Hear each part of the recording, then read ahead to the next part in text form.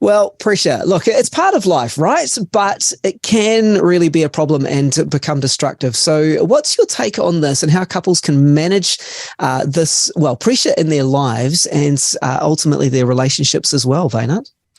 Well, that's right. Like, I think this time of year, people can often associate with the word overwhelm, because there's just a lot happening. But I think it's really helpful when we talk about this topic of pressure to recognize there are two types of pressure. And I'm not one to oversimplify things, but sometimes making things simple is helpful. So if you think about two types of pressure as self-imposed pressure and pressure beyond our control. So I'll briefly touch on what that means. Self-imposed pressure are those pressures that are part of our lives because maybe we've failed to plan. Maybe there was a bit of an apathy. We didn't plan things ahead. Maybe we've overcommitted ourselves. Maybe we've said yes to doing things to please people. Any recovering people pleasers in the house? Raising my hand right here. And sometimes those things are driven by our own insecurities or want to be liked. And that causes pressure. That's a self-imposed type. And then the other type of pressure is pressure that's beyond our control. Think about what we've experienced in the last few years with lockdowns. Think about maybe losing a job, not necessarily because of poor performance, but maybe because of, cutting costs or industry challenges. Those types of pressures, life throws at you and you don't actually have control over them, right? So self-imposed pressure and pressure beyond your control. Well, I like the idea that we've identified that there are different kinds of pressure, self-imposed and external. How would you encourage listeners, or perhaps you might have some tips when it comes to the self-imposed type of pressure?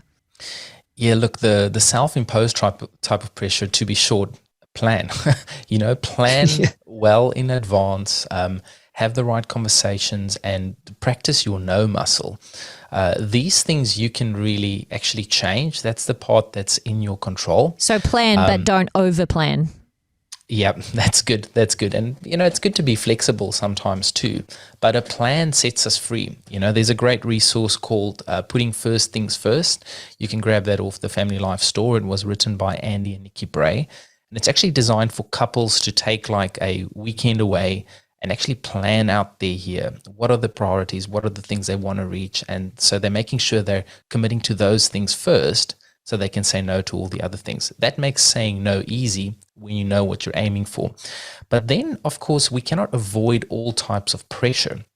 So recognizing, I love this idea or this illustration of a diamond, right? Someone once said a diamond is nothing more but a lump of coal that's been exposed to a high pressure, high temperature situation. So we could actually view the way we view and manage the pressure that we cannot avoid. That actually has a transformational power over our lives and over our relationships. The whole diamond story. Okay, but that being said, and I've heard that mentioned before, right? And I guess it is a good reminder to maintain some perspective on those seasons of pressure. But when you're in that season, it's tough, right? When you find yourself, look, if you think of the diamond story being shaped. So if we find ourselves in that season, how can we manage our way through it? Yeah. Look, I've been all philosophical on you this morning, and it's about to get a bit more practical. So that's good. I mean, the thing is, the reality is the pressures of life will come. It's not if, it's when they come. Pressures, when you're married, are best handled in partnership. Getting together, getting on the same page. How do we want to approach this? But I've got a nice little thing that maybe your listeners might find easy to remember today. And it's when you're dealing with pressure, you want to ease into it, okay? Not typically what you think about when you think pressure, but that's one of the problems of pressure. It causes you to stress up. It causes you to not be yourself and not actually deal with what's right in front of you. So if you write down ease, E-A-S-E, right? And that stands for eliminate, ask, simplify, and execute. Okay, so the acrostic ease is going to help you stop instead of turning into molten lava, but become a diamond instead. Yep. So ease, thank you. The acrostic was the word I was looking for. Thanks, Kat. So eliminate. What commitments do I have in my calendar that I can eliminate? Things that I've said yes to in the past that I simply just need to, reevaluate and reprioritize.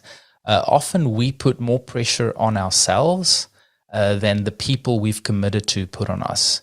Sometimes saying no to something we committed 2 months ago might actually relieve some pressure off them too, and they might love you for it. Or maybe you've got an hour meeting that you can just handle in a 5-minute phone conversation, and they'll love you for having 55 minutes back in their lives, and that's going to start taking some pressure off you. So eliminate. Then ask. You wanna make sure that you've got people in your life that you can ask. There's no, the only failure really is the failure to ask. And when we ask, people can help, or people can at least lend a listening ear. But a burden shared is a burden halved. So you want to ask people around you, even your significant other, if you're stressed about something, if you're dealing with something, you need to ask. That's an important step. And then the S in that acrostic is simplify. So you've eliminated some things, you've asked for help. Maybe some people could have taken some things off your plate. And now what remains in front of you, you want to simplify. Are there things that you're working on to get something to perfection? Just putting 2 or 3 extra hours in to get that to perfection, that is actually good enough to move on. Sometimes we need to reach that point where simplifying things, how can I reduce the time that I take to do something and say it simpler or present it shorter and move on, simplify, and then execute. They say if you have to eat a frog, eat your frogs first thing in the morning. And that Who means, says that? The French? What? yeah, there's this old saying, I can't actually tell you the origin, but it has to do with how the brain works in terms of procrastination. If you've got something hard to do, you think that once I get some momentum, once I get the easy tasks off my list, then I'll get to the hard ones. But the thing is, you actually never do. So if you've simplified and you realize what's causing you pressure, you just need to start working at it and take the most difficult task first, because first thing in the day, you win the day, you win the rest of your life, basically. That's why you exercise first thing in the morning. Get that hard thing out of the way. Okay, so looking at this pressure and how you can use ease, the acrostic, to actually help you with these self-imposed pressures. But what about the pressure that's actually external and on your team, or perhaps just on your marriage as a whole? Yeah, well, when the pressure is in the marriage and on you as a couple, that's a real danger. And you need to, I guess it will be wise to remember the parable of Jesus on building the house on the rock and not on the sand, for when the storm comes.